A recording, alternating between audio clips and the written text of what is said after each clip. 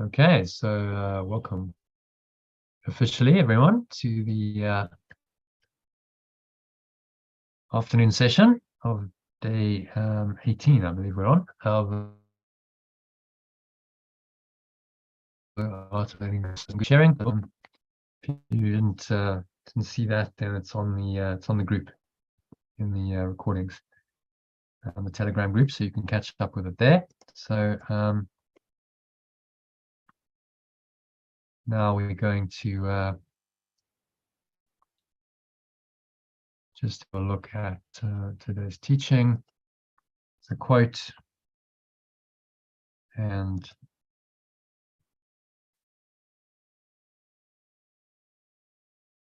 some related teachings to that, and then they'll take us into the lesson.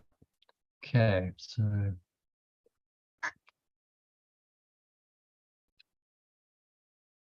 share my screen. All right, so today's quote. I'd like to read that. Very short and sweet.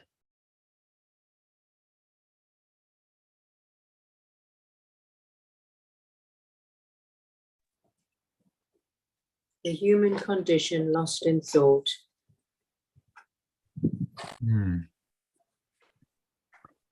So it's probably the most succinct and accurate summary of the human condition I've ever come across.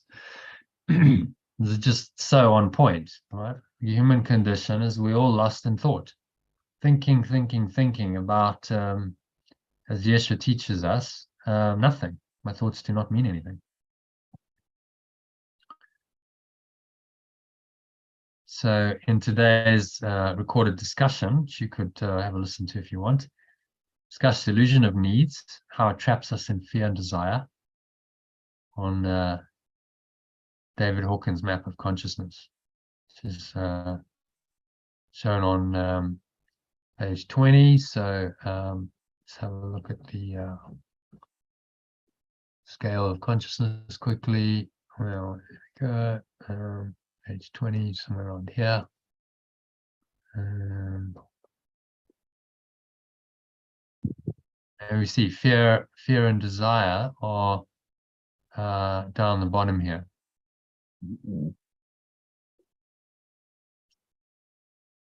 100, 125 on the scale. So this is a log scale that was done through muscle testing. They did repeated muscle testing with thousands of volunteers, and they created the scale. They calibrated these things and said, okay, so fear is at 100, desire is a little bit above it. It's 125. But anything less than 200 is negative. It negates the truth and life. So it's life destructive.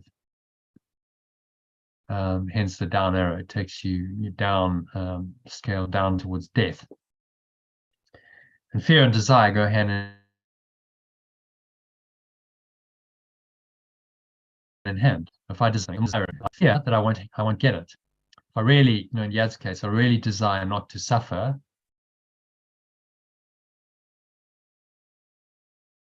the physical pain, then my fear is that it's not going to go away, and I'll be stuck in this pain for a long time, and I'll carry on suffering. So they're mirrors of each other. The desire and the fear go hand in hand, which is why the Buddha noticed that desire is the source of suffering.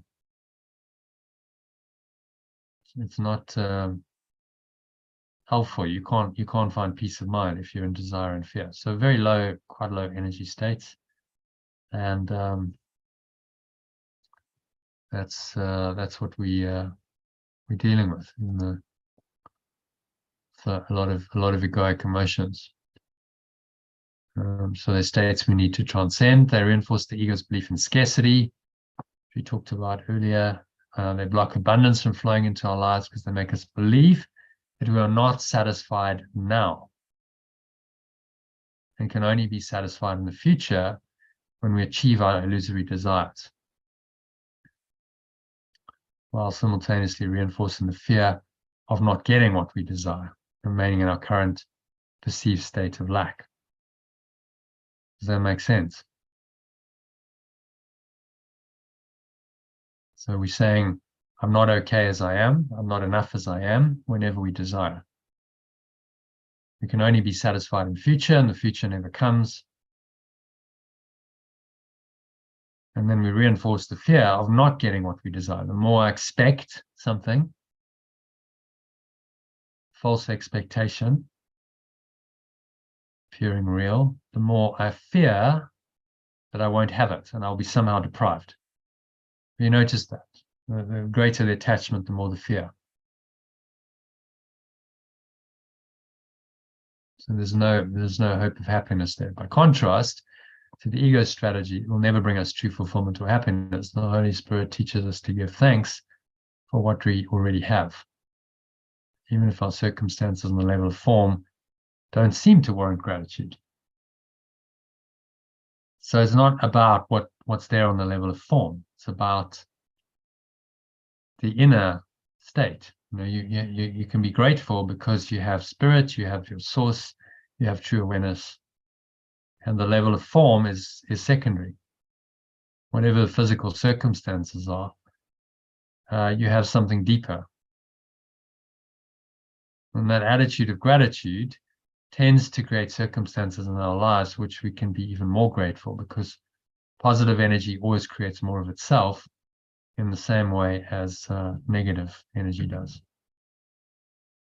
So just being grateful for being who we are, being alive, having awareness, having peace and love and joy that are given to us by our source, will tend to create the circumstances that reflect that in our life.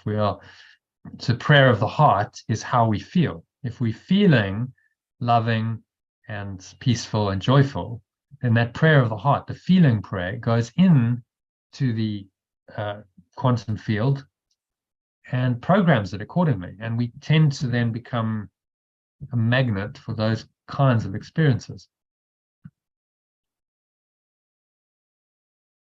which then draw into our experience. We kind of think of it like a billiard, one of those pinball games. And you shoot the ball, and then there are these holes, and the ball will gravitate. The bigger the hole, the more it's likely to go there. So you create like a hole, an attractive field in the larger quantum field, where these kinds of things, opportunities, people, circumstances, events, kind of get gravitated into that field that you've created. And if it's a powerful field of love and peace and joy, then you tend to attract those kinds of things. Not always. You might still get challenges. The ego, because your ego is still there, then you've got another field going on in your mind which resists that. So it can happen. But the more you go in this direction, the more powerful that field becomes. And then you're living in the domain of the miraculous, because these things just start showing up. Synchronicity, Carl Jung called it. Because the seemingly external world is responding to the prayer of heart, what you actually feel in your heart. It's not what you consciously think or intend, it's what you feel that is the true prayer. So gratitude helps us really to surrender to spirit, to allow the love and peace and joy, which is the essence of spirit, to come through us. To be done through, as David Hoffmeister says. To be done through. So I'm not doing it. I'm not the doer. I'm being done through. And be grateful for whatever unfolds in our lives, for the abundance that is showing up for us in every present moment. That's the correct attitude. So this brings to mind a story of a Zen master, a student at a Zen monastery that I heard Eckhart Tolle telling recently in one of his YouTube videos. So he goes, the student who's leaving the monastery after trying for 5 years and failing to understand Zen. He said, I can't do this anymore. He asked the master before he left, Master, what advice can you give me that will help me in the outside world? And the reply was, someone read that? Sally, maybe, or? Yeah, I'll read it. Wherever you are, whatever the situation is, say just one thing and mean it. I am grateful for this. I have no complaints whatsoever. Yeah, it's quite that's quite it's a great piece of advice, but to actually apply that will collapse the ego, won't it? Because the ego is always not happy. It's kind of complaining about something. Even if you're being, mistreated, and someone is clearly in their ego, they projecting stuff onto you, accusing, blaming, complaining, attacking. You could still apply this. You see that? I'm grateful for this and no complaints whatsoever. Because it's the lesson. It doesn't mean you're a doormat and you do nothing, but I have no complaints whatsoever because it's a lesson, and it's obviously then part of my journey. It's necessary. So I will go through the process of correcting it. So the ego will say, well, you just, someone's doormat, you're a skivvy, no one's going to have any respect for you because never stand up for you. Never stand up for yourself. But there's a deeper truth here. I'm grateful for the lesson that it's giving me, because this is helping me to undo my ego. So why would I complain when this is exactly the lesson I need to learn? This is part of my awakening. So what's the reason for complaint then? So this is a fundamental reinterpretation of any negativity in your life as helpful, which is what Yeshua is asking us to do. Can you see everything in your life, every event, person, circumstance, no matter how seemingly difficult, challenging, and negative, can you see it as helpful and be grateful for it?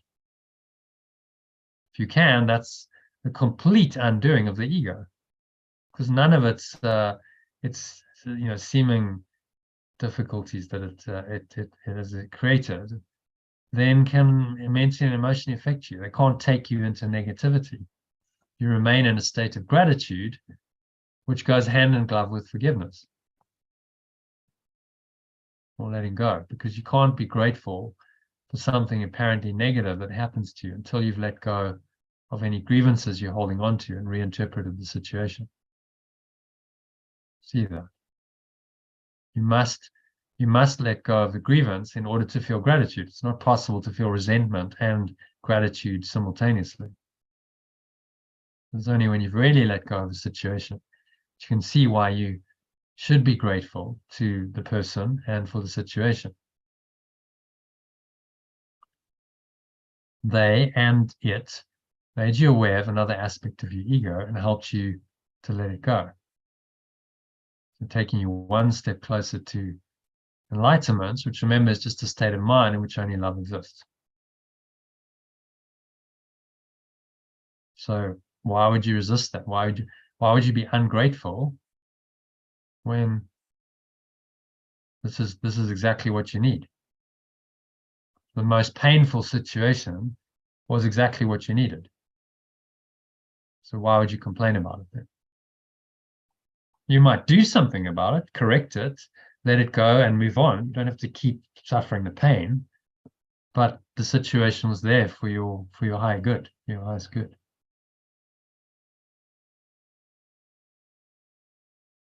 Okay. So during the recorded discussion, this guy mentioned a story about Greg Braden, an American spiritual teacher, who went with a Native American Indian friend of his to pray for rain in the middle of a long drought. It had been drought for years in northern Mexico. So they hiked to this ancient stone circle. It was sacred to the friend's people. His friend just stepped into the stone circle. He spent a couple of minutes. Greg Braden wasn't sure what he was doing and closed his eyes, stood there for a couple of minutes. Greg Braden was expecting some kind of ceremony. And then he said, right, we're done. I'm hungry. Let's go get something to eat. And he's like, really? Is that it? I thought we were going to do a whole ceremony. So he said, no, I've done the prayer. So then Greg Braden said, well, what did you do? And he said, all I did was I gave thanks for the rain while I vividly imagined I was experiencing it. So the sensations of the rain falling on my skin, the smell of it, the feel of the mud on my bare feet. And I really got into that. I really just felt that, experienced it. So it was a feeling prayer. He was feeling it as though it has already happened, you see. And Greg Braden was like, okay, very interesting. So let's see what happens. And then he was watching the weather patterns. And that afternoon, this big high pressure system developed, came down from Arizona. And that night they had rain for the first time in years. And then it just rained and rained and rained for the whole night and the whole of the next day. And there was floods. And he phoned up his prayer, said, you know what's going on? It's just raining and raining. He said, yeah, well, that's part of the prayer I never quite got. The quantity, the volume. But it worked.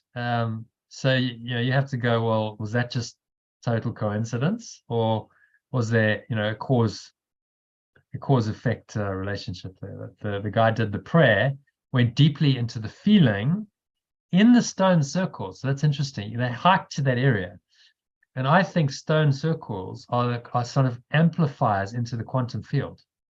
They somehow amplify the intention that's put into them, maybe because of years of having done that. They're sacred sites, so people had prayed, meditated, they've been in an altered state in those circles for many years, generations. And so that kind of programs that space to be more receptive. We don't really understand how this works, but somehow maybe that goes more deeply into the program, which is why it seemed to work. Or maybe it was just that the hike to the stone circle made it kind of special. It's like, okay, so I'm dedicating hours of my day to doing this. So there's that, it's not just a quick 2-minute intention. It's the hike was part of the process of setting the intention, saying this is really important. Because we've gone to this effort and we've hiked all the way, this is a powerful intention. I'm really feeling this. And then that programs the quantum field accordingly. And then the rain happens. That's exactly what we did actually in Cape Town in Newland Forest with a group of people, like medicine people.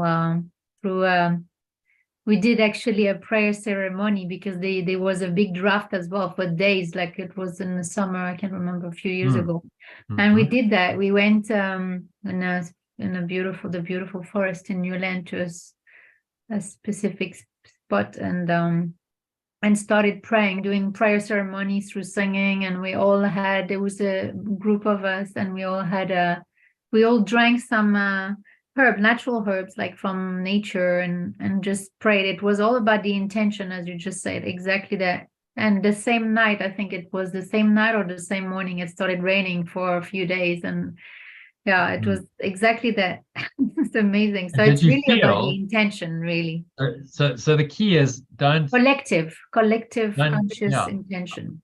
The key is don't desire it or believe it's already happened. That was the key to this kind of play. Yeah, we all believe. So the guy went here and then he experienced it as though it was happening. Yeah. So he wasn't saying I'm praying for rain which isn't there, because that never works, because you're desiring what's not there and you're actually reinforcing the lack.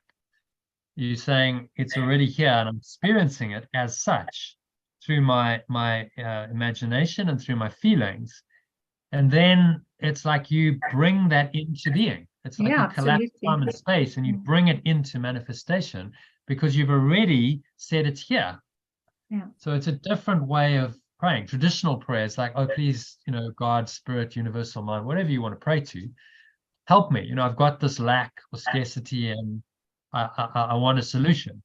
But you're really reinforcing the lack, aren't you? You're saying, I need this. So in the prayer, you're actually reinforcing your need, which is what then goes into the quantum field.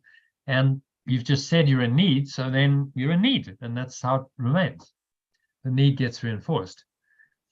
So it's an interesting modality, which is very much in alignment with this course. You already are that. You are already love. So just claim it. You already have abundance, so claim it. If you apply that to a specific situation like rain or whatever it is in your life, you say, I already have that. It's already there. I can feel it. I can experience it as such. I'm in that abundance already. I feel that state of mind. He brought in the physical sensations with rain because that's easy. If it's something like money, it would more be the feeling. I'm feeling fearless. I'm feeling abundant. I'm feeling like there's really no problem. All my needs are met. Everything's okay. I'm well supported. and I need not fear, and you feel that now, you just drop into that feeling, then that's the prayer that goes out into the universe, you see. That's what your fundamental thought and feeling is. So that's then what programs the quantum field to bring you those kinds of experiences that match that feeling, which tend to be abundant ones, tend to be beneficial ones, not ones that deprive you and reinforce the lack and scarcity. I had a rain experience today. I was going off Nordic walking, and as I left, it was raining, and I thought, well, that's really unusual, because I pendulum dowsed to, for guidance, and the guidance was to go. And as I was driving, I stopped and checked, and yes, it was still with guidance to go. And it's really quite heavy rain, and I wasn't really very well dressed for it. And then I remembered that the Nordic walk, I've been doing Nordic walking in Wimbledon for about 10 years. And we always say we almost never get rained off. There's a collective belief in the group I walk with that it never gets rained off. We walk all year through all weathers, and yet, there's never an issue. And literally, as I arrived at the place, the rain stopped. So it was completely in line with the guidance and with the belief system. And the other thing I was going to say about the stone circles is crystals, of course, pick up energy. And I know with my pendulums that if they pick up negative energy, I have to cleanse them. So a stone circle where people have gone for, centuries to pray, do whatever they're doing, it's going to have picked up so much positive energy that must be part of it as well. Yeah, exactly. It's like an amplifier of whatever thought, feeling, intention you put in there. It seems to amplify because there's all that resident, and it's like and we don't really understand this stuff. It's because it's all intangible, but it's like a portal into the universal mind. It's like opened a space, or to whatever's put in there can then penetrate in more deeply. So that's and also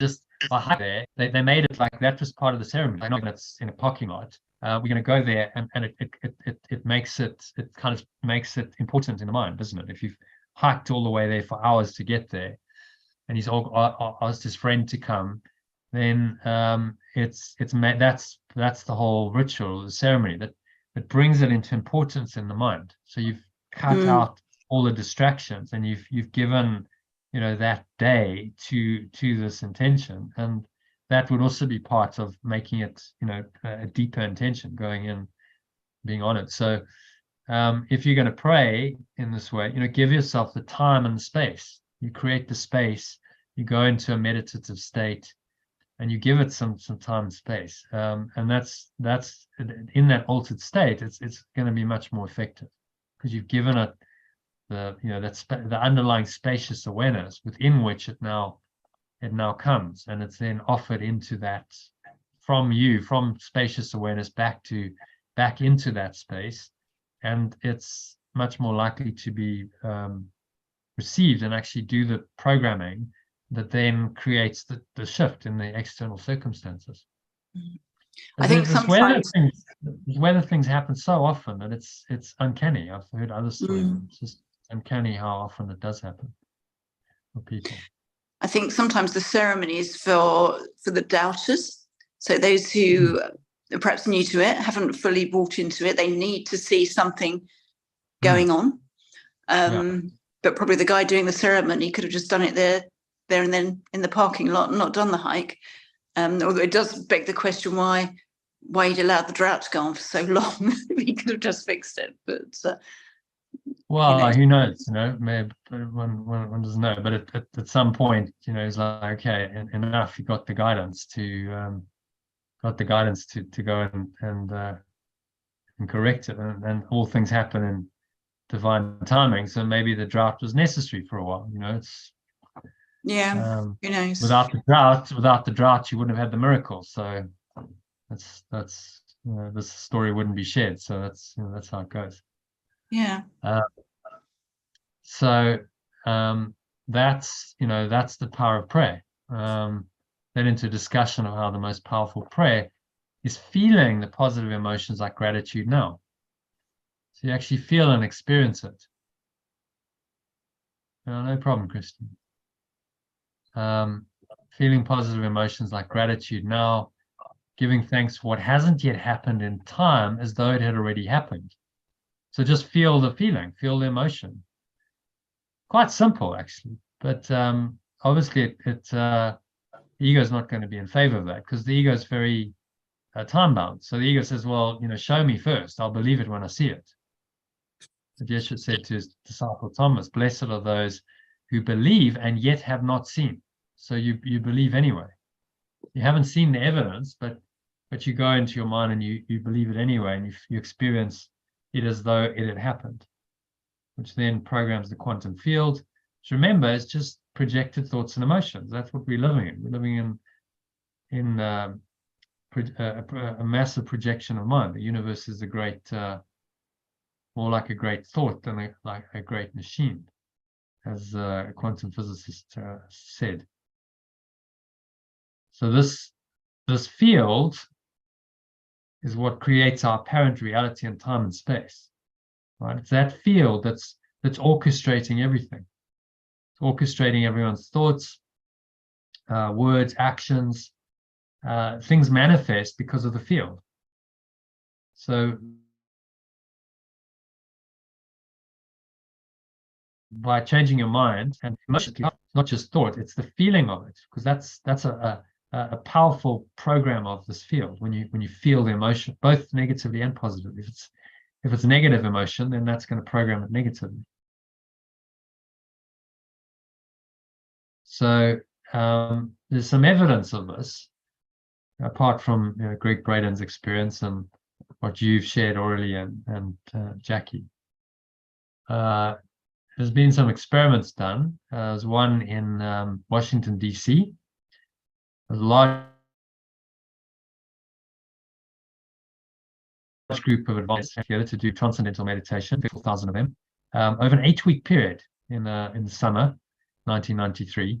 And based on previous, smaller experiments, they predicted that the crime rate should drop by 25%. So they got the police department involved. They said, look, we're going to do this.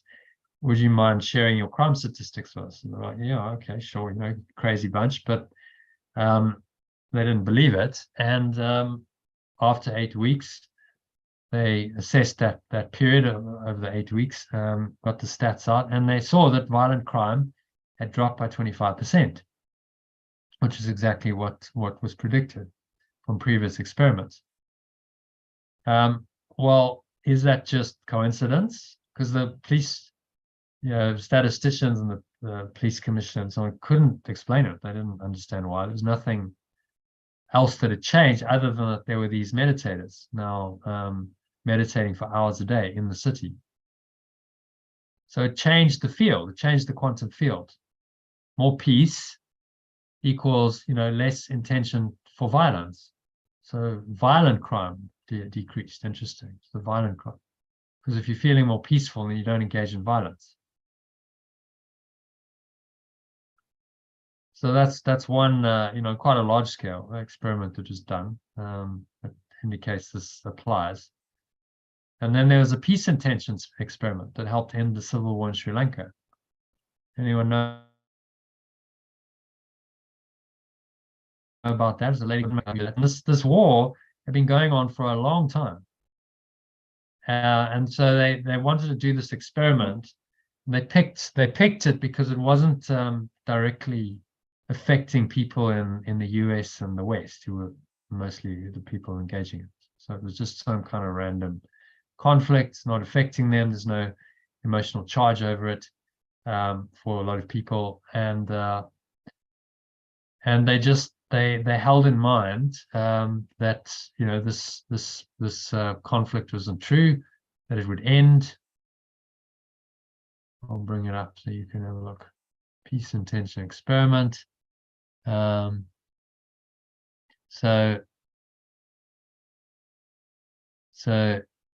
they analyzed all this data, examining and analyzing deaths and violent attacks in Sri Lankan civil war for 26 months. 2 years before and 2 months after our peace intention experiment. And the results are quite extraordinary, suggesting that the experiment may have been pivotal in helping to hasten the end of the war, which now appears imminent. So this, and the war did actually end. This was a post in 9th of January 2009. So this one, it was still going on, but the war actually did end in, I think, May of that year. So the chart, it doesn't seem like the charts are there anymore. Chart revealed the violence vastly increased to levels far higher than predicted during the week of our experiment and for 2 weeks afterward, and then plummeted to below what was expected. So interesting, the violence was the highest it had ever been over the entire 2-year period during the very week of the experiment, when about 10,000 people participated in this peace intention experiment and held this conflict in mind, but brought peace into it. So unfortunately, the graph has disappeared. It's obviously an old web page. We can't see that. But interesting that the conflict had to worsen, and then it started getting better. So that's often what has to happen. It has to get worse to get better. So that week of intention may have proved pivotal. During that week, the Sri Lankan army won a number of strategically important battles, which enabled them to turn around the war. 1 week ago, on January the 2nd, 2009, the army finally expelled the separatist guerrillas from their capital, Kilonchi. Today, they recaptured the strategic Elephant Pass, opening up the entire northern Jaffna Peninsula, where mainland Sri Lanka connects with the northern peninsula for the first time in 9 years. Liberate the entire Wani district, the very target of our intention. First time the government's taken full control. Okay, so the war basically resolved within 9 months of that peace intention experiment, and it had been going on for 2 years prior to that, and it seemed to be one of these never-ending conflicts, which is quite interesting. Sort of indicates, okay, they're obviously doing something. You know, in the very week of the experiment, why did suddenly the violence spike and then subside afterwards? It's you know, the scientific materials will say it's just coincidence. But you know, this teaching says no, it wasn't. It was directly connected to the intentions of those people. But then if 10,000 people are doing it, that's programming the quantum field on quite a powerful level. As he says here, if a sufficient number become truly correction-minded, this shortening process can be virtually immeasurable, the shortening of time. And that, you know, that's an example. In these instances, you've got 2 instances, 10,000 people. I think there were 4,000 in the Washington, D.C. experiment. You know, that collective intention made a big difference to the outcomes on the level of form. Okay, so some experiments. You can dive into this if you want to watch this. It was a very interesting discussion, if I recall back in 2019. Another course, another group of people. So dive into that if you want. And that brings us to today's lesson. Okay, so any questions, comments on any of that? Prayer, how to use prayer, tensions. No? Okay, so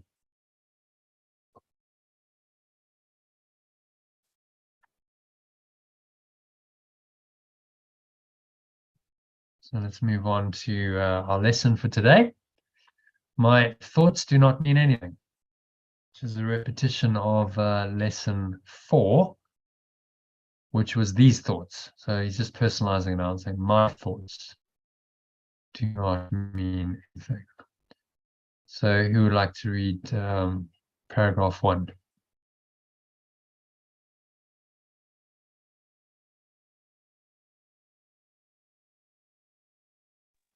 You do that. Okay. This idea applies to all the thoughts of which you are aware or become aware in the practice periods.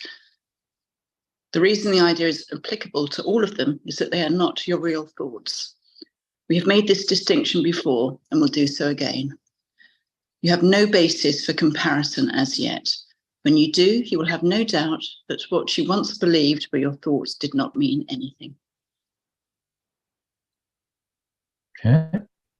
Any thoughts on that? Thoughts that don't mean anything?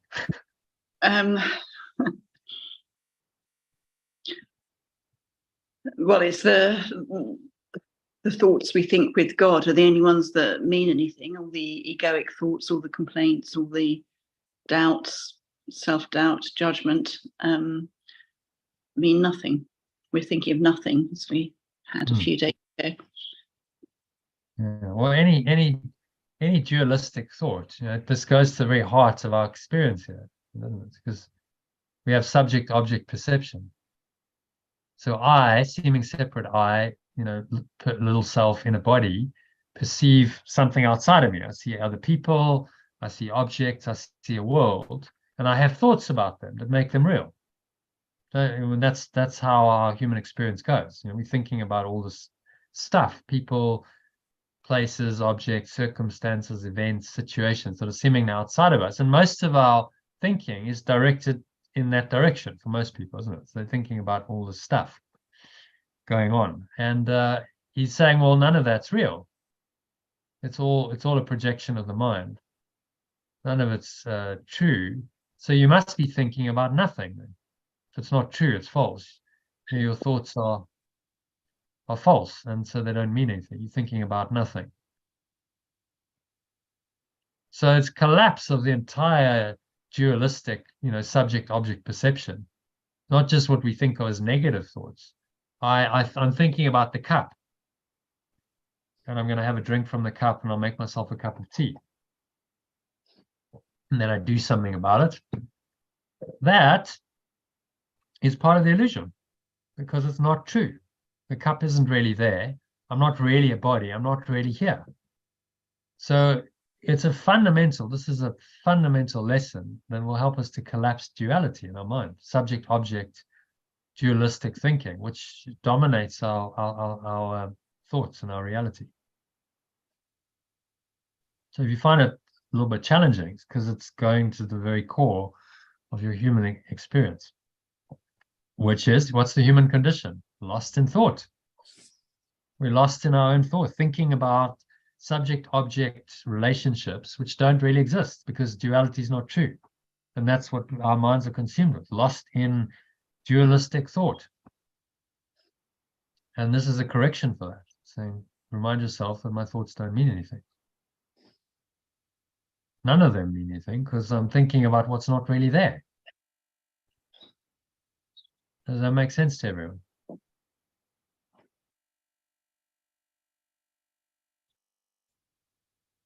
Okay, so this is the second time it goes on. Someone else read that orally, Elaine? Yad? Yeah. This is the second time we have used this kind of idea. The form is only slightly different. This time the idea is introduced with my thoughts instead of these thoughts, and no link is made overtly with the things around you. Overtly. Yeah, overtly with the things around you. The emphasis now on the lack of reality of what you think you think. Yeah. So it's my thoughts, personalizing it, rather than these thoughts. It becomes more, okay, so these are my thoughts. I seem to own them. You're taking some ownership. But then recognizing the second part of the sentence that they're not real. They don't mean anything. And then he's not connecting it with form, as in the previous one. No link is made with the things around you. It's just an emphasis on pure thought, the lack of reality of what you think you think.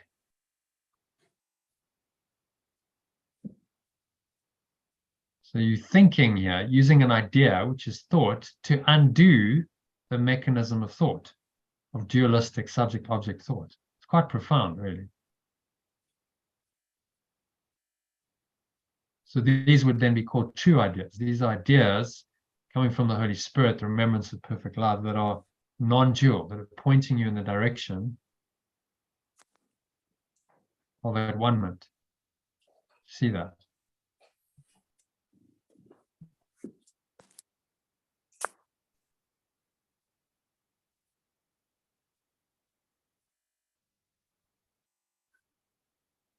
Direct correction of false thinking, this lesson. Did anyone find it quite challenging?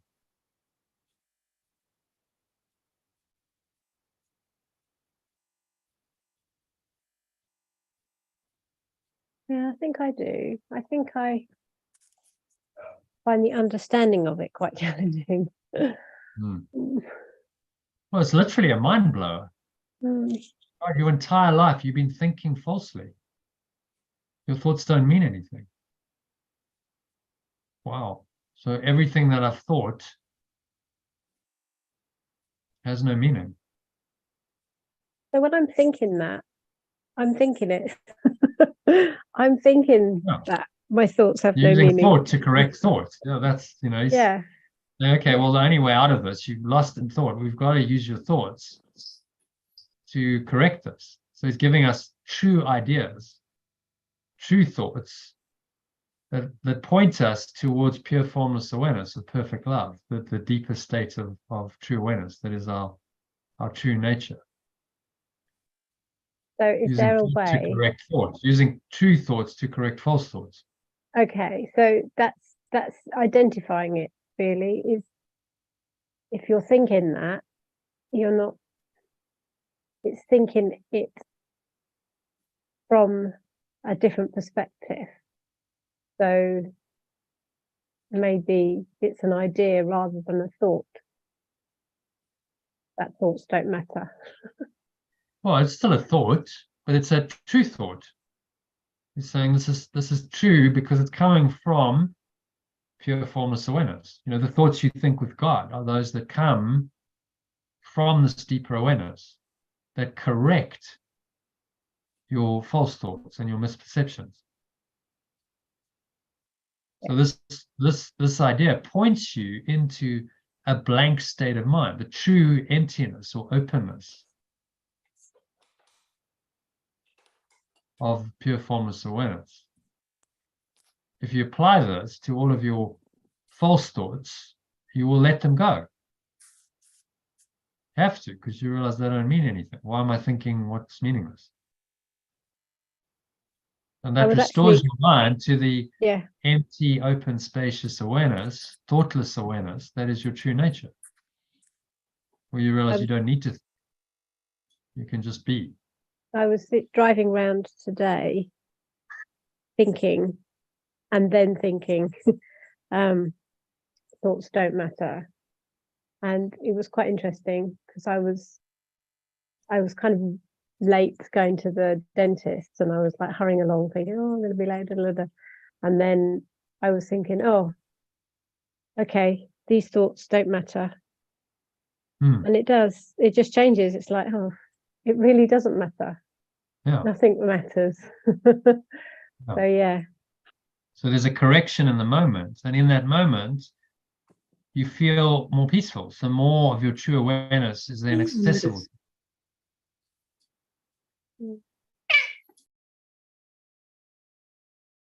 So that's the benefit of the mind training. We do the mind training in order to correct false thoughts and bring in true thoughts, which then give us greater access to this deeper awareness that's beyond thought. Remember, God is pure formless awareness of perfect love. It's beyond thought. There's no thought in the sense of subject object thought there. As we think of thought doesn't exist there. It's more just pure awareness. Thoughtless awareness. It's like I'm in the awareness, I rest in that without thought. It's possible because it's just, this is the thought of God, just pure formless awareness of perfect love, existing as it is, perfectly, without change, without movement, and that's eternal. That state of mind is there forever. It can't be undone. It's the ground of being.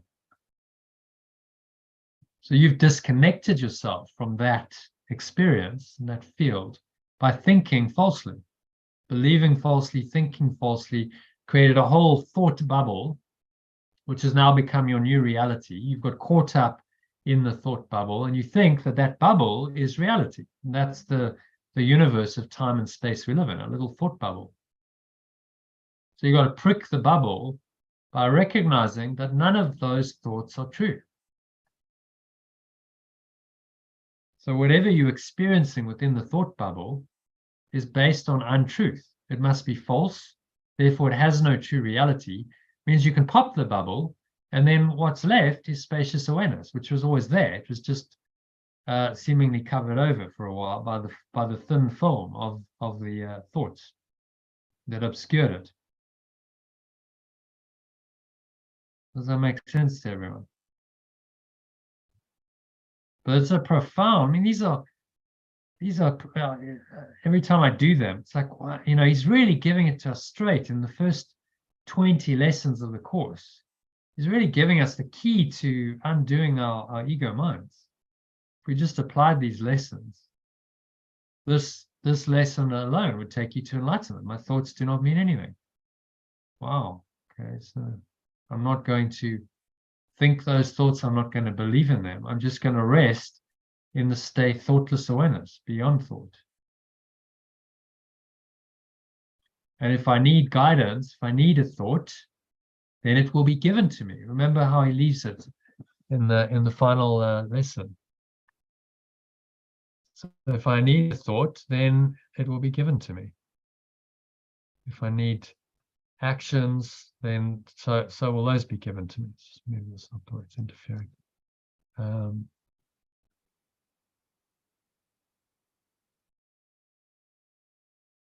So we go down to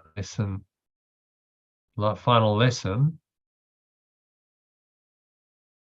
He's not saying you're going to become a vegetable and not think. So that's the fear of the ego. Oh, well, you know, how am I going to cope without thought in this world? He's not saying that. He's saying, become aware of and let go of your false thoughts through these ideas, and then you allow yourself to have true thoughts. So he says, if I need a thought, Sue, do you want to read this? Read this, the whole one from the top, this holy instant.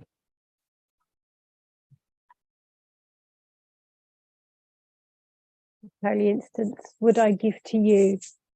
Be you in charge, for I would follow you, certain that your direction gives me peace. And if I need a word to help me, he will give it to me. If I need a thought, he will also give.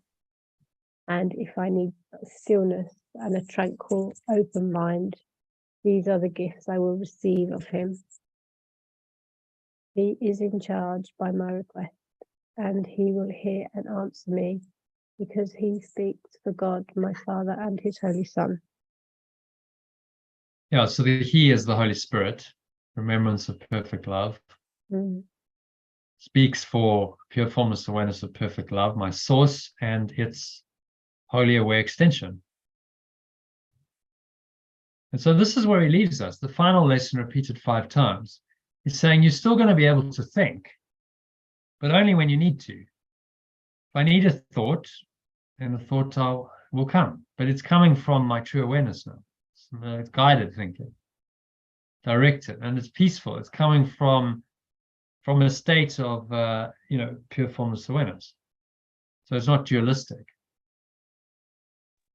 Well, I just share an experience then of that for me. When I was programming, and I had a job, and this happened more than once actually, but I had a job to do and I couldn't do it. So I'd go away and I'd pray because I needed to do this job. And I would get the thoughts, it would come to me how to do it. And I would solve the problem. And then I'd come back and look at it later, days later, and I couldn't recognize what I'd written at all because those thoughts were given to me. They weren't things that I remembered, they were given to me in that moment. So, it really does happen. Yeah. So that's so interesting that even with something like programming, like, well, what has the Holy Spirit got to do with computer programming? But it can help you in whatever the specific need is that you have in your time-space illusion, which is what it would have to do to be helpful, wouldn't it? That's how you learn this. That's going to return you, going to restore your faith to something more than just the ego and the material world. So it's part of the process of correcting your mind.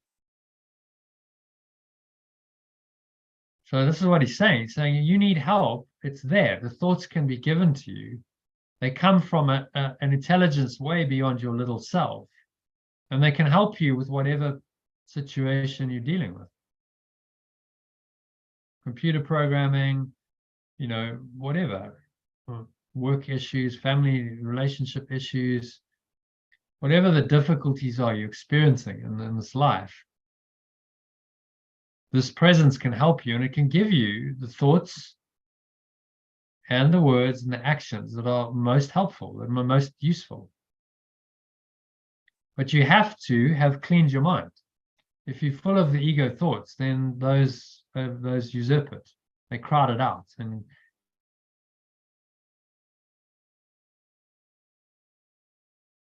you can't hear that voice. So end of this 65-day program, he says, well, the final outcome is not you go into revelation. That's going to happen when you're ready in time. But the outcome of this course, remember, he set the scope at the beginning, is to train you to be miracle-minded in this world and to live in a much happier, more peaceful, more flowing way. And that's where he leaves us in this final lesson. In this would be a description of a flow state. There's no resistance. I'm guided. If I need something, it's given to me just when I need it.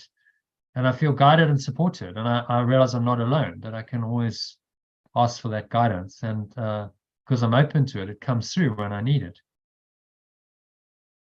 And that's a peaceful, happy way to live your life. And then the final enlightenment and revelation, transcending time and space entirely, will happen in time. If you keep living this way, keep correcting if anything comes up to sabotage this, then you're preparing your mind for the revelation experience and the final transcendence of time and space. So that's why it's a course in miracles and not a course in revelation, because he's training us to be miracle-minded, which is just a preparation for revelation. Pure forms of oneness of perfect love. Okay? So happy with that. Let's go back into the lesson then. So number 3, will you read that for us?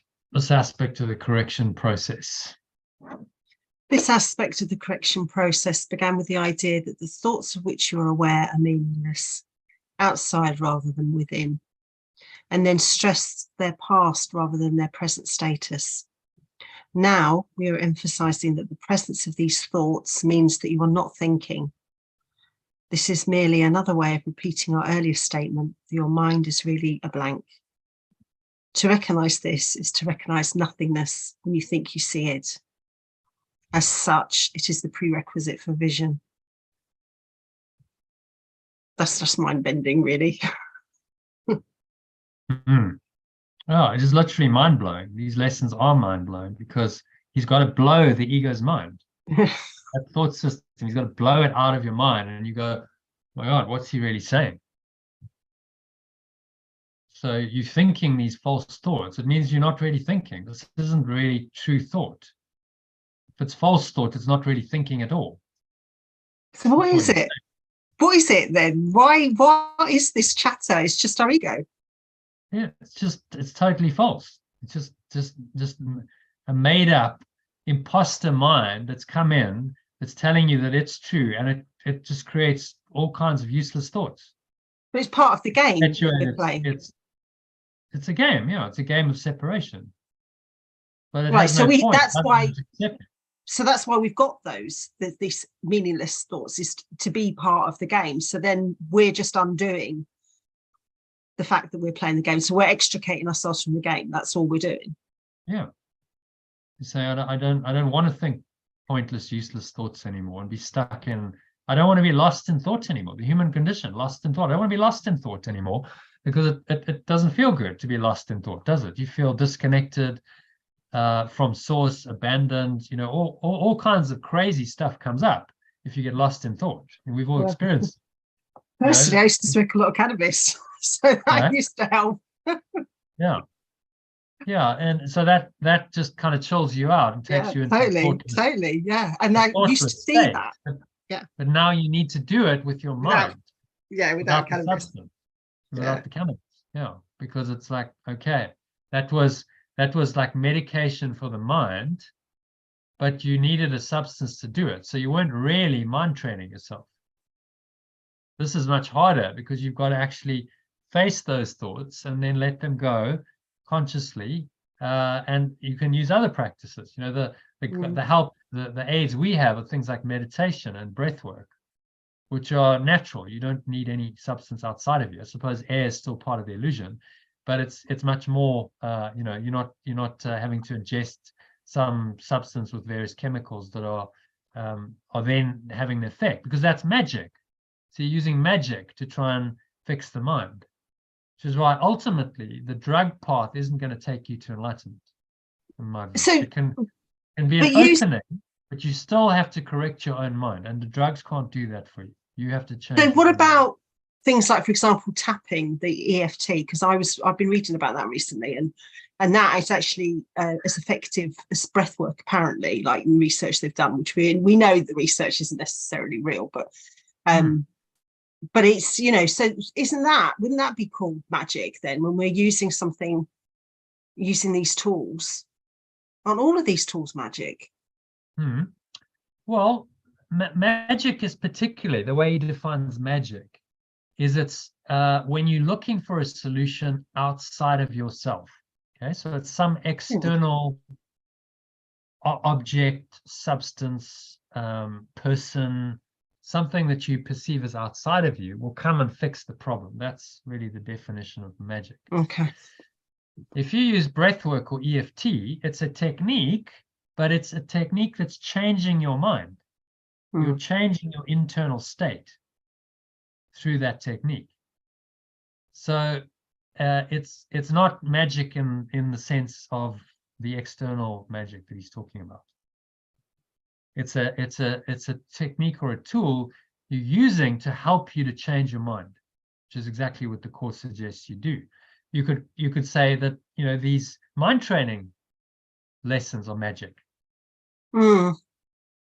It's all forgiveness. He does say it somewhere. Forgiveness is an illusion, but it's the only illusion that doesn't create more illusions. So it's necessary within the illusion to undertake it to correct your mind. So you don't create more illusions, you see? Okay, so in the illusion, right. In the illusion, we have these things. Yeah. He doesn't call it magic because it's helpful. Magic is what's not helpful. It's helpful if it's training your mind and it's correcting your mindset. So all of these tools, if they help you, use them.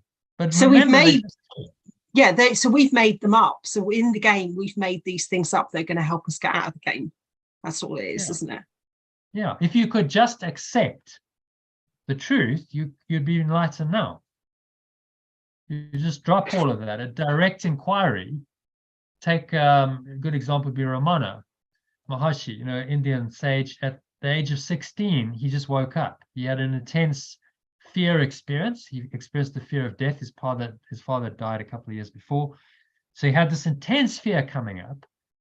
And somehow he must have done this in past lives. You wouldn't have this awareness otherwise. But he just did a direct inquiry on the fear. And he saw it for what it was. He saw that the fear was not true, that it was illusion. And because it had been so intense, it just he cracked it open, it dropped away, and he went into samadhi. And he just and that was it. He was done. He didn't need to do any more.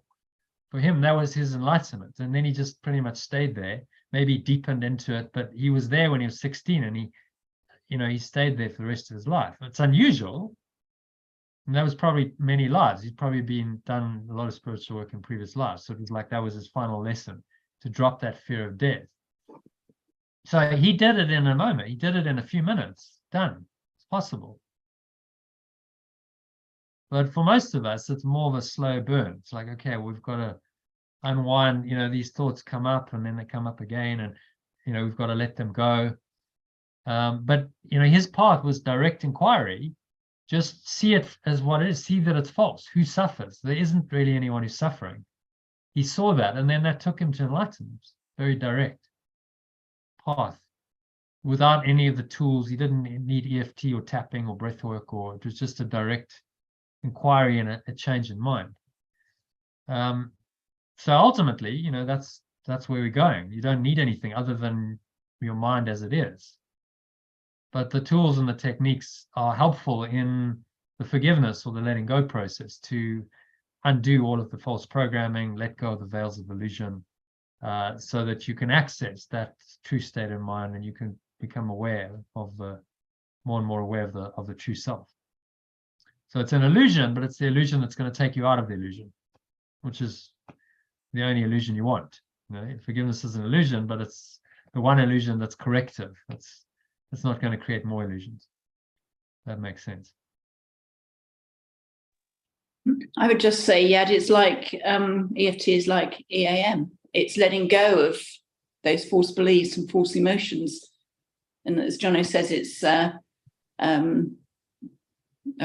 think you hear in these circles sort of the direct path and the indirect path, and it's a way of chipping away at this stuff when it comes up and catching it, quickly. Letting it go. I know another way what was more meaning was the fact that it's physical, because you're not just saying words, you're actually doing something physical with your body when you tap in. That's why it's more than just, because I do EAM, I know, and I know it's the same thing, but it's because you're, as I say, there's a physical aspect of it, which I guess there is in breathing, because you're breathing, breath work, so these techniques kind of bring it into the physical experience. It's kind of a connected bridge for us, because direct inquiry for a lot of people is too difficult. They can't just go into their mind and go, I can't see who suffers. So you do use a technique to clear it, and that maybe gives you more clarity. And in time, we'll all get to the realization, okay, it's just that's it. We are the self. We are this one self. Nothing else really exists, and we can just remain rooted in that. We will get there, everyone, but there's a path to get there, and these tools can be very helpful. What the course is training you, I think what distinguishes it from other paths, is it's training you very systematically to undo the ego, to let it go, by using your mind, by changing your mind. So it's quite direct. He doesn't really talk about breath work or other tools. He's just saying, just do this correction in your thinking, and apply the metaphysics, apply the truth that only the truth is true. Nothing real can be threatened, nothing unreal exists. Apply that in every situation. So that's going to happen in your thought. So it's a direct correction of faulty thinking. But if you do it, like, let's say you do some meditation or some breath work around it, and you put yourself into a nice state, and you can be able to find a correction. It's a facilitator, it's an enabler of that thought correction, isn't it? So that's why we do breath work and meditation. So if you're very stressed and harried and you try and do a correction, probably not going to be that successful. So you get quiet, you give yourself the space to do it, and then you're more likely to be able to do it. And because you're in a cleaner, space, it's going to go deeper. And so you then program the matrix accordingly. A bit like the stone circle idea on the hike, creating the space. The ceremony creates the space for it to allow it to happen. So you give it the space in your mind, in your life, by creating that space, even if it's just a few minutes of a breath break. to allow the correction to happen. And that for most people, that's pretty helpful. Spacious awareness allows these kinds of corrections to happen. And that was Ramana's teaching, the direct inquiry. He said, just be still, sit in the silence, and then you will see, from that point of view, you will see correctly that who suffers, whatever suffers, is false, is not really there. Because the silence and the stillness gives you the other perspective and shows you that, this was all false thinking.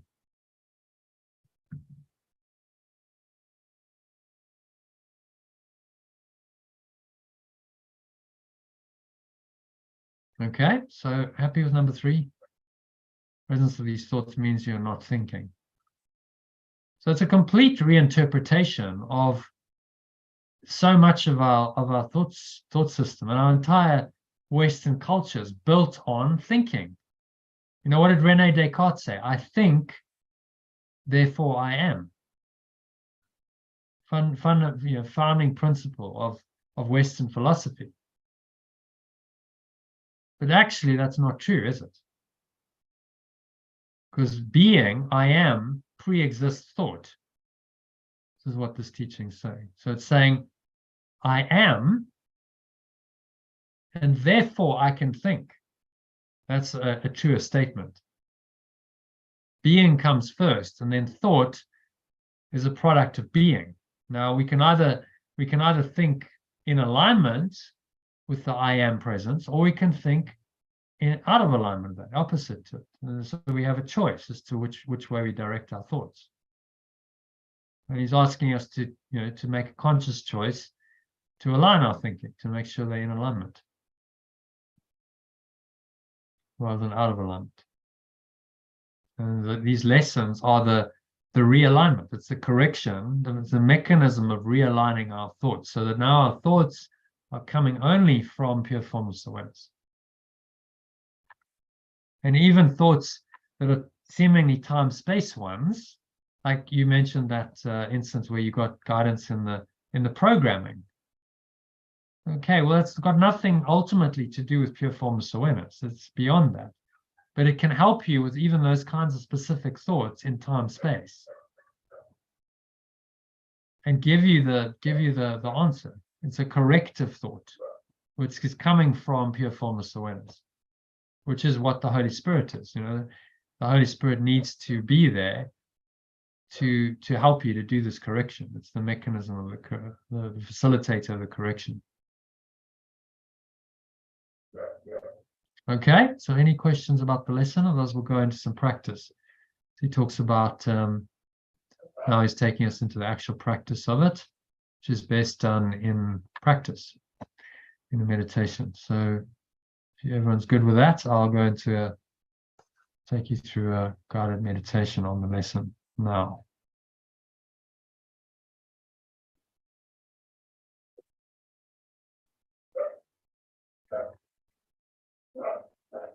Okay, so just making yourselves comfortable.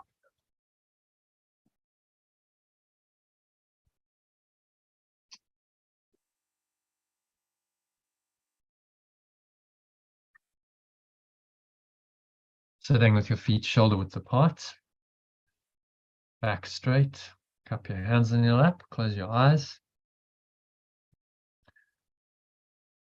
And start off by taking a nice deep breath in through the nose. So you breathe in, notice how the stomach rises and the chest rises, and the subtle flow of air in through the nostrils. You clench the sphincter muscle, you lock the energy in. Just draw the energy up your spine into your heart center. Just put one hand on your heart to connect with your heart space. Just feeling into that, drawing the energy up into the crown of your head.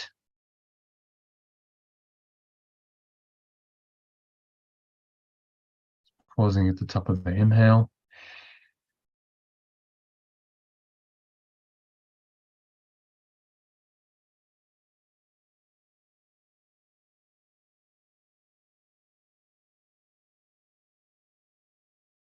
So just scan your mind. Noticing any thoughts, emotions going on, any related body sensations, particularly when it feels negative, limiting, contracted, constricting in any way.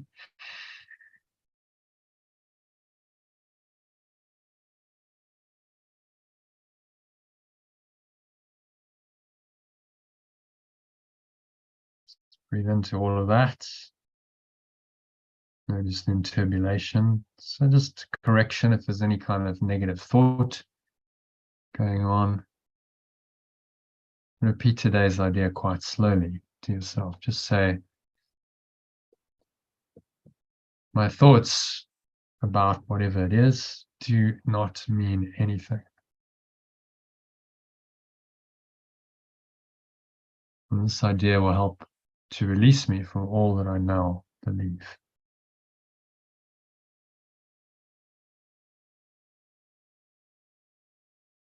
And any other thought comes up, observe that. Quite a detached way, and remind yourself, my thoughts about this, whatever it is, name it. Situation, person, place, object, situation, does not mean anything. Does not mean anything. And then just exhale and blow it away. All of this dark energy, this false thought, and emotion, some negativity. It's going to release it, letting it all go to the nothingness that it really is. It's going, gone. Pull the lower stomach into the spine. Expel the last remaining air out. And you just rest here in stillness. In silence.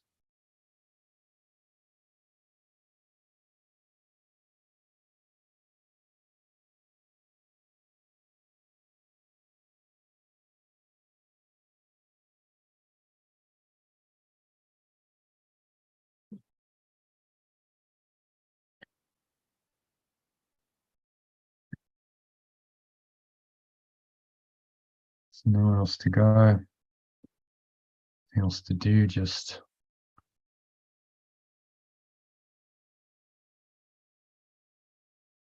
sit in the state of awareness and observe, watch your thoughts.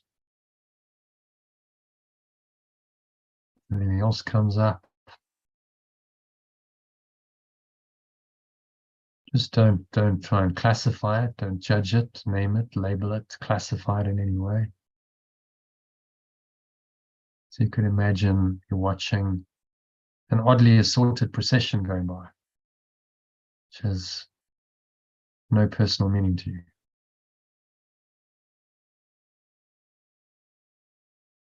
Just kind of random thoughts. It's like a carnival, some kind of procession. And these thoughts come, and some of them are big and loud, and some of them are scary and fearful, and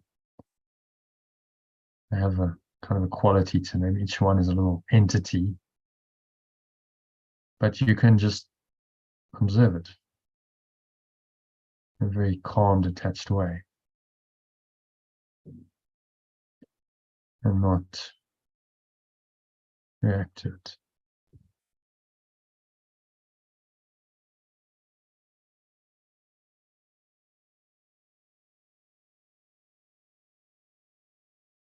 So any other thoughts come, just say, my thoughts about that person, place, situation, object, event does not mean anything. Don't try and classify it, categorize it in any way. It's just meaningless. There's only two categories in the Holy Spirit's judgment.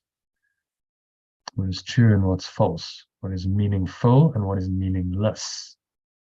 So my thought about anything in time, space, subject, object, perception. I am thinking about someone, something else seemingly outside of me is meaningless because it's not true. The whole construct is illusory. So it has no true meaning, does not mean anything. Say that one more time to yourself. My thoughts do not mean anything. And add, this idea will help to release me from all that I now believe. And so it is. And then just sink inwards, observing the breath, subtle sensations of the breath flowing into your nostrils and out of your nostrils.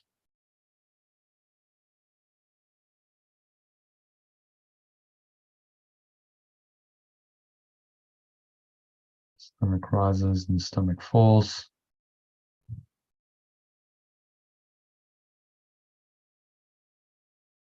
Moves the subtle flow of the air into the nostrils. There's the sensations in the nostrils and there's the touch of the breath. And the area just below your nose, between your nose and your upper lip. Focus your attention there. It brings you into the present moment. Create some space, some awareness, some light in your mind, and you just sink into that light.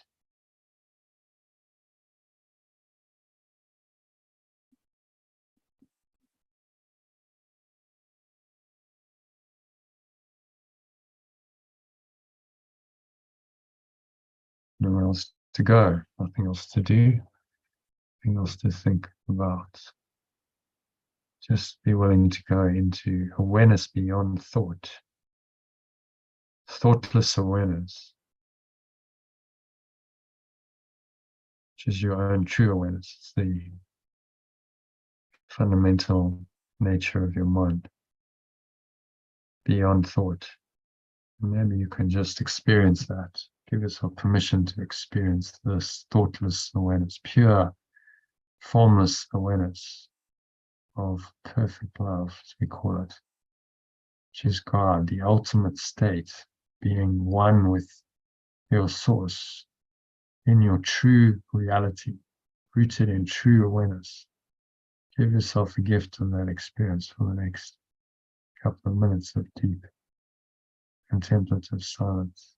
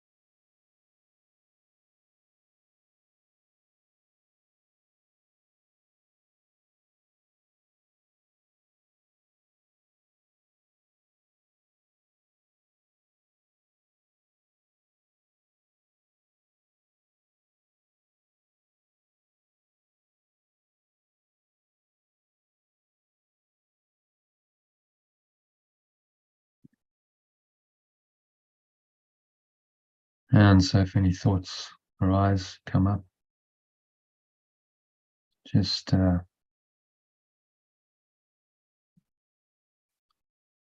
be willing to let them go. Reminding yourself that my thoughts about whatever it is, whoever it is, do not mean anything. So you can let them go like passing clouds, just blow them away. It's the breeze of your breath. Clouds shift and they change, they come and they go, ever changing, moving, shifting. But they're not permanent, they're temporary, they arise and they pass away. What's permanent is the eternal blue sky beyond them. It does not change, does not alter. So go into that blue sky awareness, which is your pure formless awareness. Perfect love. Perfect love is the source, the sun in this analogy, shining through the pure formless awareness, enlightening it, radiating through it, shining the great rays of the love that extended you, that gives you your being into your mind, into your experience. So just experience that now for another minute or so of deep silence. Surrender to this beingness, still silent embrace of your source. For the next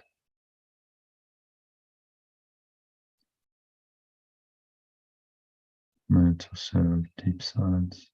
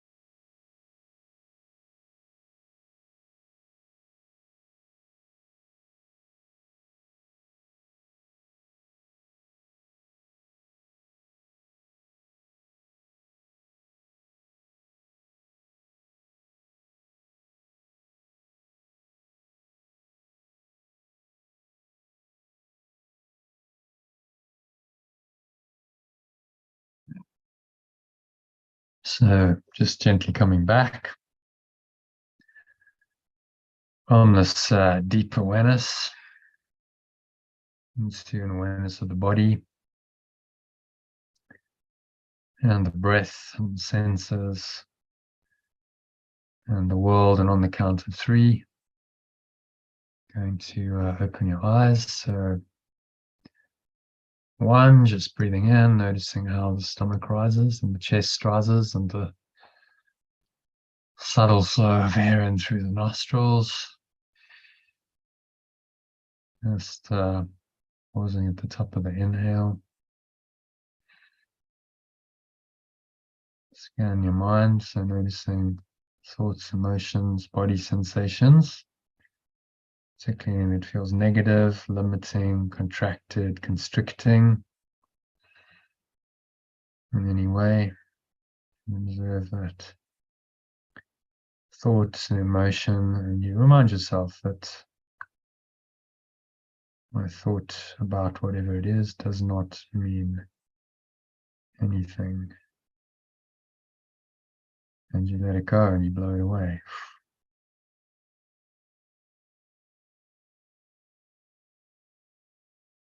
Notice how the air flows out, chest and stomach suck back in. Feel the peace in the gap between breaths. From the lower stomach into the spine, so you're completely empty. Just pause here, rest in the stillness for a few moments. Count of 2, notice the weight of your body pressing down into the chair, your feet touching the ground. Notice what you're feeling. With your hands, maybe there's a subtle flow of air in your skin. Notice that.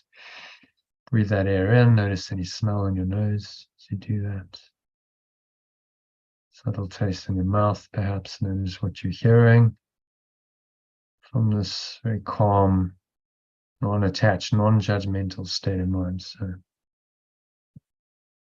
there's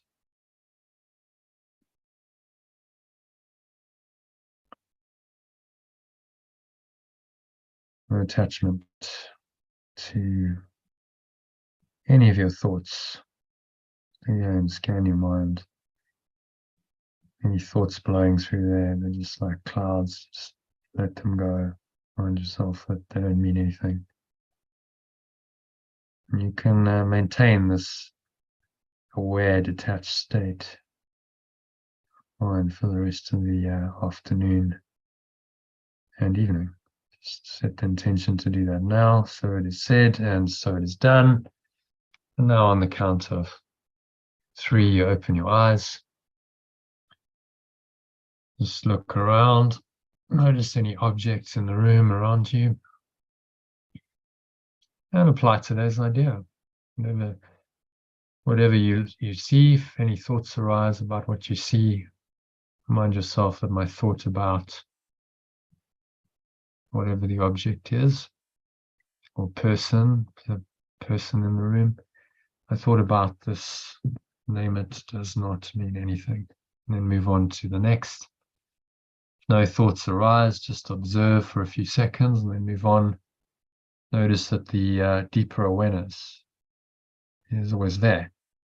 You're not clouding it with thought. That awareness is unobscured, shines through. It's the underlying awareness behind every perception, behind every sense perception,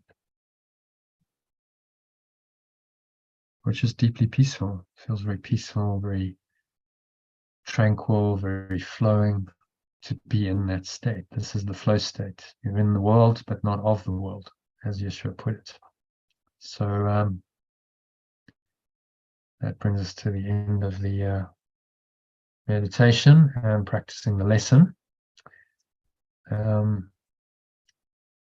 What I'd like to do now, if everyone's up for it, is just have a look at the 11th pathway, which will take maybe 20 minutes to half an hour to do that.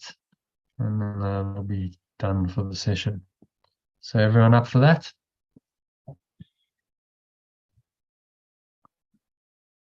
Eleventh pathway. Where are we? Let's go into the course manual. So this is on page 20 something on your course manual. So let's just do a quick vision. So I know Sally and I have to go, but okay. yeah, we'd love to have done it. We'd love to have done it. If you want to do it later, we'd love to, but obviously whatever fits with the plan. Yeah, okay. So you're gonna join at 5 o'clock for the evening session. Yeah. Okay. See you then. Okay, see you then. Bye. Bye. All right, so the 10th pathway. Maybe let's just recap. These are pathways called Discovering My Conscious Awareness. Pathways 10 to 12. We've done the 10th one, which is I'm continually, do you want to read that one? Continually calm and the rest is scanning. I'm continually calming the restless scanning of my rational mind in order to perceive the finer energies that enable me to intuitively merge with everything around me. Unitively is the word. Unitively, which means oneness. Moving. It's the one-ment, moving towards unity. Unitively merge. So I don't see myself as separate from everything around me. Which is great. Yeah, great reminder. It's just really saying what today's lesson is saying, that the rest is scanning of my rational mind, all these thoughts, in other words, are blocking my perception of the finer energies, which is pure formless awareness. These subtle states of being, love, peace, joy exist there, block the finer energies, which enable you to unitively merge with everything around you. If you're in a state of peace, you can unitively merge, you don't feel the separation, and that is the enlightened state. So that's pathway 10. Today we're going to do number 11. So you have some context. You can see how these all, interconnect and relate to each other. So who would like to read? Sue, would you like to read 11th pathway, the bold, and the first paragraph for us, kindly? I am constantly aware of which of the 7 centers of consciousness I am using, and I feel my energy, perceptiveness, love, and inner peace growing as I open all of the centers of consciousness. The 7 centers. Yeah, carry on. Yeah. Carry on. The 7 centers. This is quite difficult to say. The 7 centers of consciousness, which correspond with the 7 chakras or energy centers of Eastern traditions, consist of a 7-step scale that can tell you each moment of your life exactly where you are in your journey towards higher awareness. As you learn to upgrade your consciousness to loving awareness, you unlock enormous energy.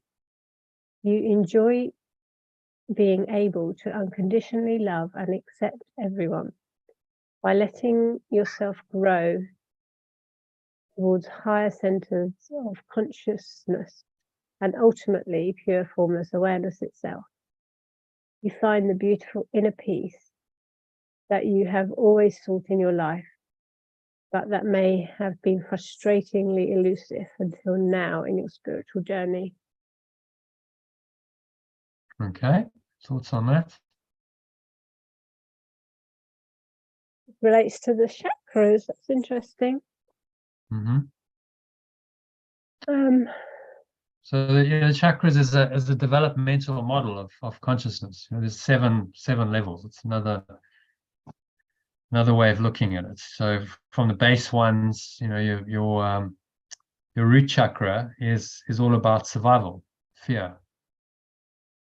So that's you were talking about being in survival, so are you. So that's base energy, and it tends to pull you down into your energy gets locked in those lower centers. Survival needs, fear, base instincts all exist there. Then second one is the desire. It's the center of our desire. So if you're related to David Hawkins' scale, you can see the parallel, can't you? So you've got first chakra would be some of these kinds of issues. You're rooted in that, survival, guilt, shame. And then as you move up into desire, you would be rooted in your second chakra as a center of consciousness, which is always about desiring. I'm not happy as I am. Third is all about power, the power center. So that's issues of pride, anger, control. This is power, need to control others. And then you go into the heart, which is a breakthrough. So if you stay in the heart gives you courage. You know, in the heart, you're facing your stuff.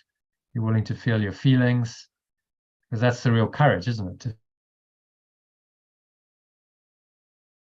feel your feelings and go through it. So heart center, neutrality. So there's a letting go, starting a forgiveness, a willingness, which would take you into optimism. When I say, you know, give your whole heart to it, be wholehearted, it's willingness, isn't it? It's all fourth chakra stuff. And then going in, then you transcend that into forgiveness. You starting to move above into the higher centers. So this fifth chakra is all about expression. So possibly related to maybe that level. Expression, the willingness to do stuff, to express myself, to, you know, speak it and act it, would be taking it up into fifth chakra. And as you express it out, if you do that consistently, then things will happen. You know, you can allow things to manifest through you. So that's quite a powerful state, but it's not the ultimate. You know, then going into sixth chakra would be reason, acceptance, understanding, forgiveness. This kind of high-level reasoning we're doing would be in your sixth chakra, your third eye. Gives you vision. When he talks about vision, it's a different perspective, a higher perspective on things. You change your mind. And then finally, seventh chakra would be the breakthrough into love. The heart would integrate with the head, and you go into these higher states of peace, joy, and ultimately enlightenment, the ineffable bliss of pure consciousness or awareness, which they call samadhi in the Eastern tradition, where all your chakras will be wide open. Your seventh chakra will be wide open, and you'd be really experiencing, you know, this higher awareness. You'd be immersed in that state. You know, your seventh chakra would be open. So it's in there, you know. You know, the scale of map of consciousness, whether you use the chakras as kind of pointers on the map, say there's 7, or you use this, it's more detailed. It's the same developmental progression. And this, by the way, is mirrored in pretty much every developmental system there is. It's just variations on the theme that you're progressing from the lower regions of things like guilt, shame, fear, desire, anger, upwards into higher awareness, which is associated with peace, love, joy, forgiveness. It's many developmental models, chakra system just being another one. But it's just useful to know where you are on the scale. I remember when I did my Reiki master, and I really felt that my heart chakra opened, like it completely broke open. I remember that amazing feeling.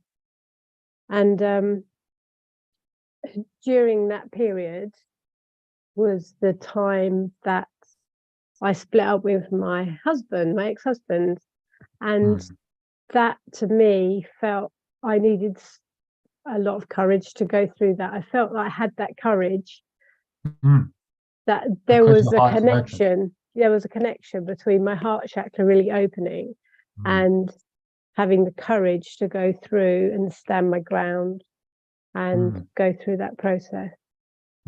So yeah, I can really relate to that. Yeah, and remember, you know, the lion-hearted.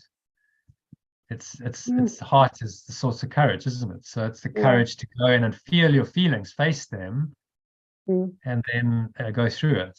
And most people, a lot of people, don't have the courage to do that. They want to avoid the feelings. They want to repress the feelings. And that was probably the opening. Was that 5 years ago when it was that when everything started opening up? Yeah, that was You started letting go then of all of that repression.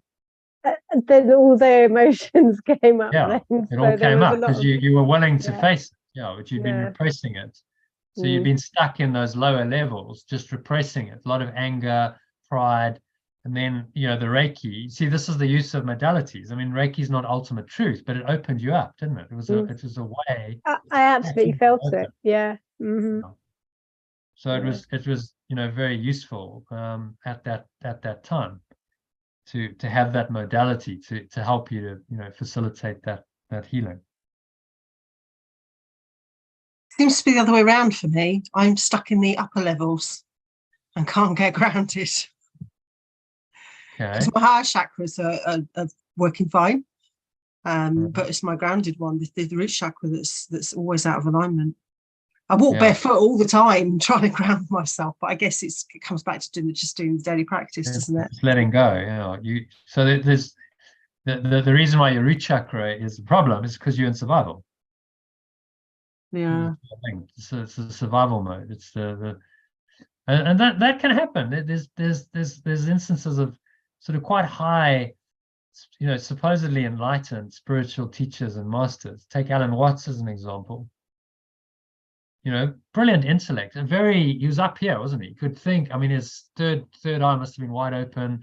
He had, you know, great vision, clarity of speech. You know, his fifth chakra would have been. But then he was an alcoholic and smoking, and so these addictions he hadn't overcome because his there would have been stuff unresolved in his lower centers. So you got to go kind of drop down into that and do the work and release it, so that all of them open. Because enlightenment is a state of them all being open, fully in alignment, and the energy is flowing freely. So the Kundalini energy just goes up and down the spine very freely. There's no blocks to that. So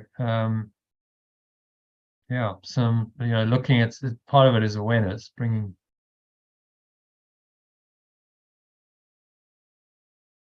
awareness into it and saying, yeah, I can see I've been, and how can I let that go? You know, because it's a fundamental kind of scarcity program.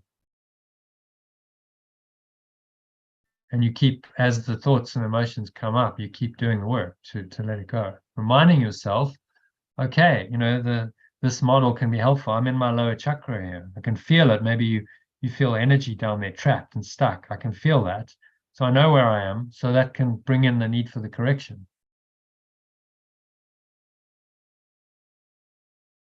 And toning might help. You know, so you can actually tone on the chakras. In the theta letting go meditation, we touch and tone on 4 chakras, if you've done that one. So you could expand it to your base chakra. You could tone on that one as well.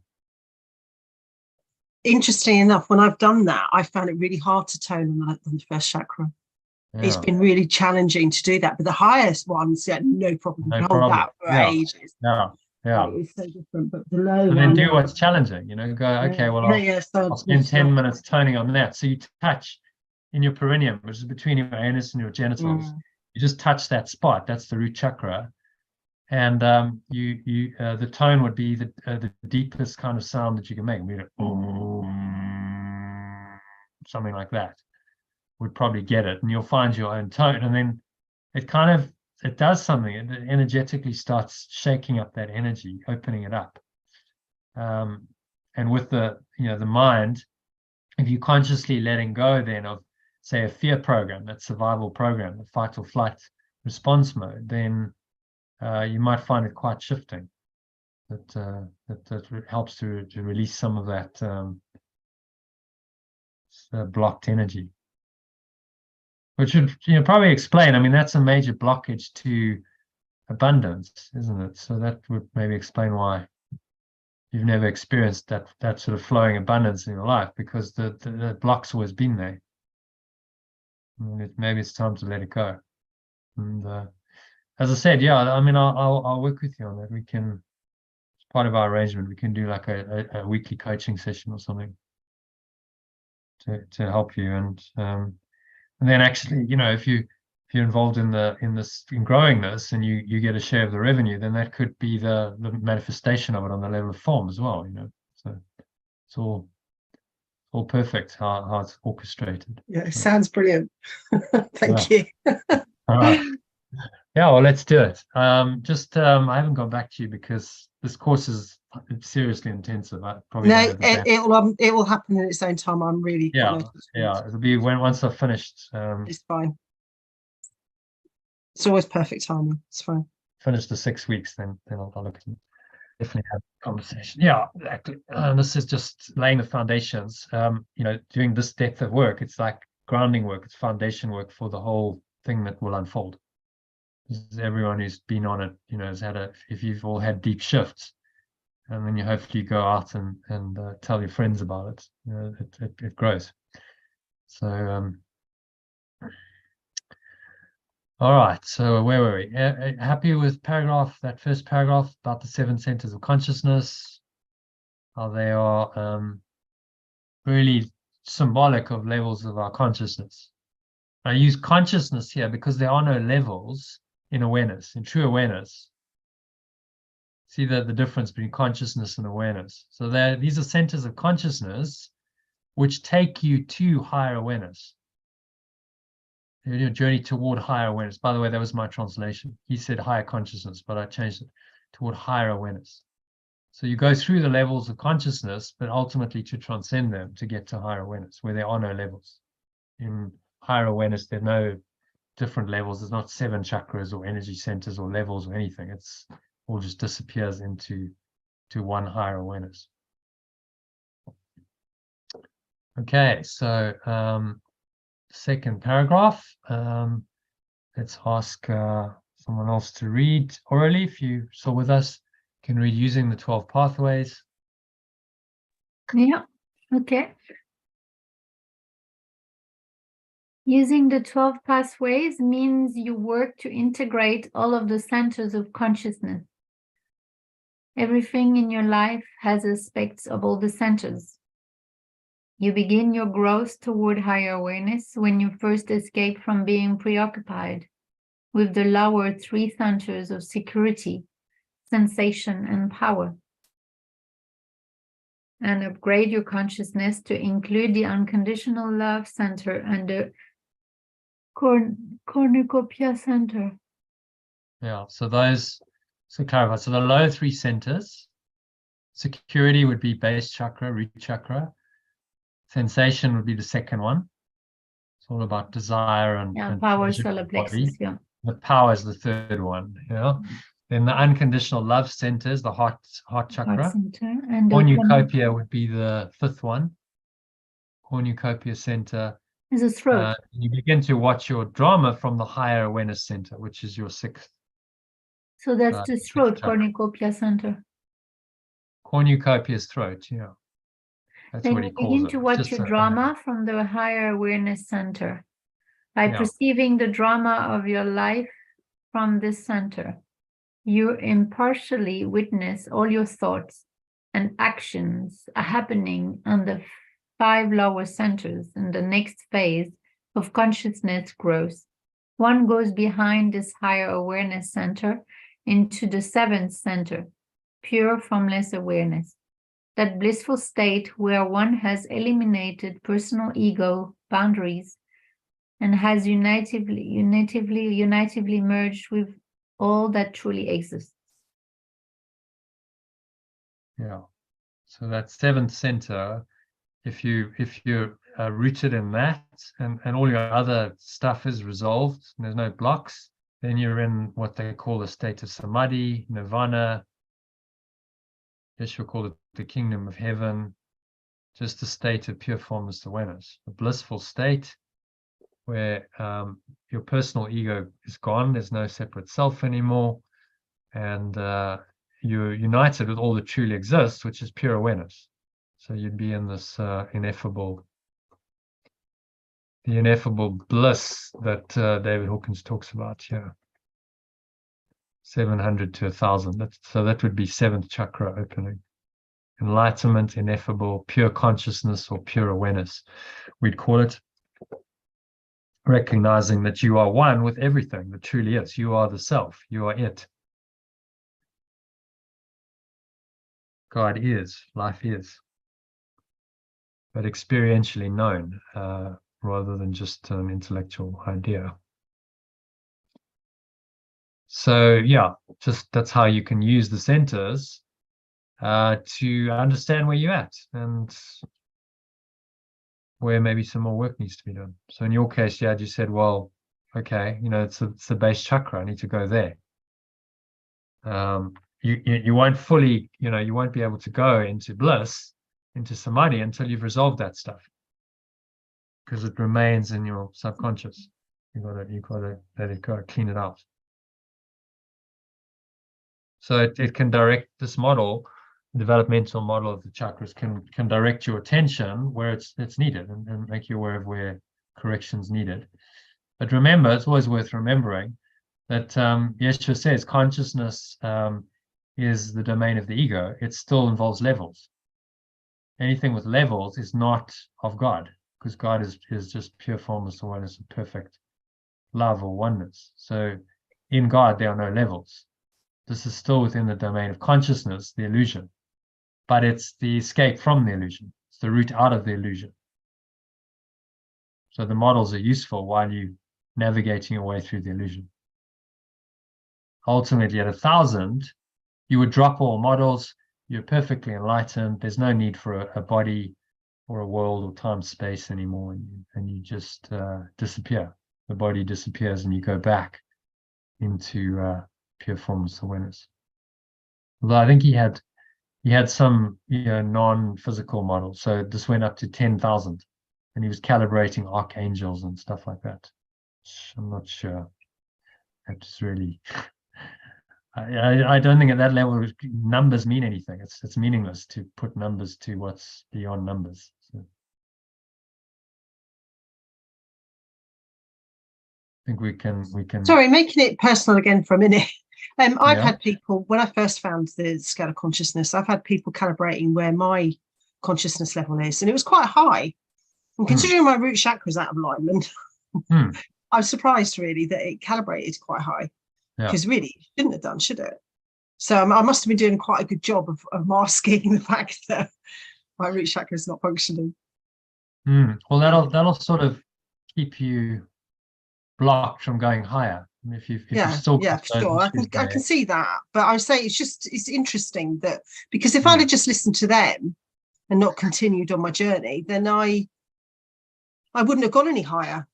Do you know what I mean? If I hadn't come and been doing this course with you, obviously I know things aren't functioning, but I've realised now where they're not functioning through doing this and what's going on. But it's to recognise it, to acknowledge it. Yeah. So then temporarily that looks like a drop.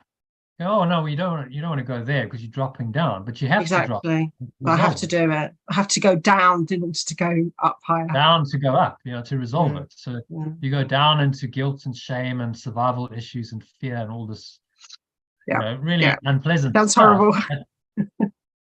But it's got to come out. You've got to be become aware of it, so that you can release it. And if you've really released it, then you don't have to go back down there. It's gone.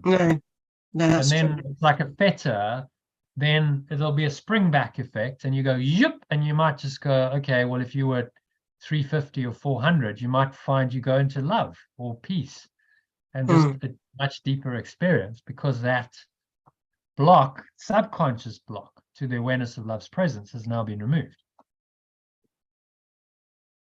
So you need to, it's not just, oh, well, this is the only thing that's necessary.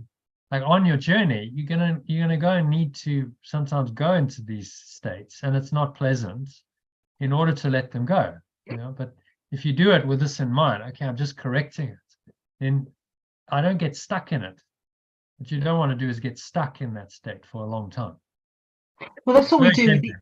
We do with the ACIM, is we go into those lower states and we release that. But below 200, you can't sway. He says you can't abuse applied kinesiology when you're below 200 anyway. So when you're in those lower states, the tools aren't really available to you. Yeah, I mean, breath work obviously is, but you wouldn't be able to sway on something when it's a lower state. Is that really the case? I don't know.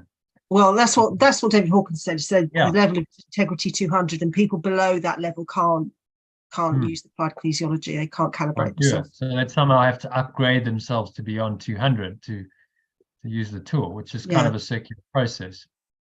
So what will raise your level up is forgiveness. You know, we can always choose, make a conscious choice to forgive or let it go. And that's Yeshua's methodology, saying what's going to raise you up the level is forgiveness. Whenever you apply, you know, this radical forgiveness, this letting go, then you transcend whatever level you're at, and that takes you up. So forgiveness takes you up, and lack of forgiveness, holding on, takes you down and keeps you stuck down. Which then is quite a simple rule of thumb to be able to operate the scale. So, okay, well, if I'm stuck here, I need to let go. So I can move out of this. And temporarily, you might say, well, I consciously choose to go there. You go there in a process, and you go, okay, I'm going to go into the fear, and I'm going to recognize it and feel it for a while. But it's very short, temporary. I'm just bringing it into awareness, acknowledging it, so that I can release it, which is the corrective procedure he taught us the other night in the text.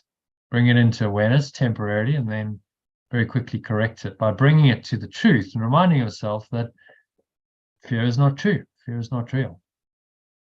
Because only perfect love is real. Okay, so let's go back here. I think that's number 11 done, is it? 11th pathway. So just to everyone happy with how to use these pathways, how they could be helpful to you, understanding the levels. It's the ego will try and misuse it and say, well, I'm in my higher awareness center all the time, so I'm superior.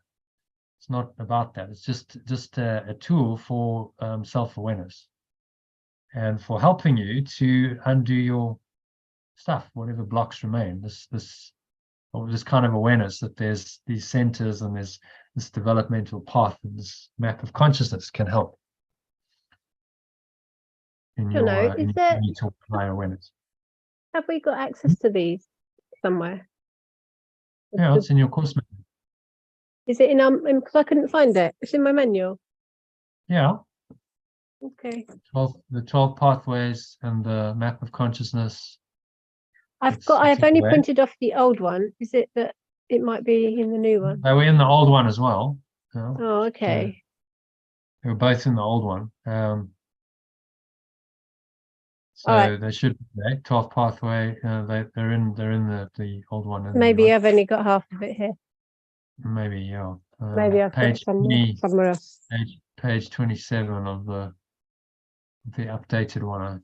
I've sent it out a number of times. It was sent okay. today as an attachment to the email. So if you download that and use that going forward. Right. I might, because I've only printed the old one out, so I might print out the new one out. So anyway, so I've got all the other bits. Yeah. Okay. All right. So any questions, comments about the 11th pathway? How it could be useful and helpful? It's really it's map of consciousness. It's a developmental system he's referring to of being able to become aware of where we are in our journey. So it's conscious awareness of where we are in our developmental path, our unfolding to higher awareness. And if we know where we are, then we can take the next step. If you have no idea even on the journey, then it's can't navigate it. So it's a tool for self-awareness and helping you navigate through this tricky journey of awakening. And you'll see parallels, whatever developmental model you use. As I said, there are many. David Hawkins is one. This chakra system is another. There's spiral dynamics. There's Maslow's hierarchy of needs, another developmental model. Whichever one you use, they kind of all correlate. They say the same things. Ken Wilber did all the research, and he went, well, let's look at all these models. And he said, they're all pretty much saying the same thing. They just slice it and dice it a little bit differently. But the general progression from the lower to the higher, and what those lower and higher levels are, is consistent through all of the developmental levels, whichever one you choose, developmental models. So map of consciousness and the chakra system, as good as any. Pick that and just use it to help you in this journey. Become aware of where you are, and also then what your next step is. Okay, so any comments, questions, thoughts you want to share on the 11th pathway?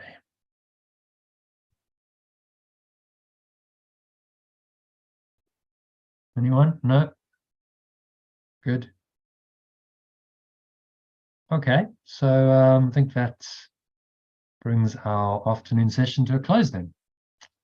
So thanks everyone for that. I enjoyed that. I will see you a little bit later if you want to join the evening session. And just over an hour, 5 o'clock, we'll start. We're just going to do the text, which is we're starting a new chapter today, section 1 of chapter 3. Which is the innocent perception, the whole chapter is called, and then it's at 1 minute without sacrifice. So join us then, either live or on YouTube. It's a bit of to do, 8 paragraphs, so it will be a while. That's why I'm starting early.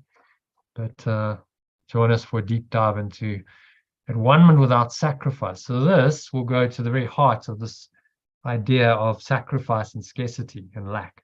Because that's what sacrifice is. It's the idea of lack and scarcity. Oh, I could really do a bit on that call, but I've got some. It's built into the ecosystem. So join us. I've got some meetings this evening, so I might cancel them and join you instead. Okay. All right. I've got one that I can't get out of, but yeah, I think this will probably serve me more than. Yeah. I'll go and stay on it. Sacrifice. So yeah, see you in an hour or so. Just join us when you can. We'll probably if not, I'll listen on YouTube anyway. Thank you so much for today's session. Okay. All right. Brilliant. Namaste. Thanks everyone. Namaste. See you later.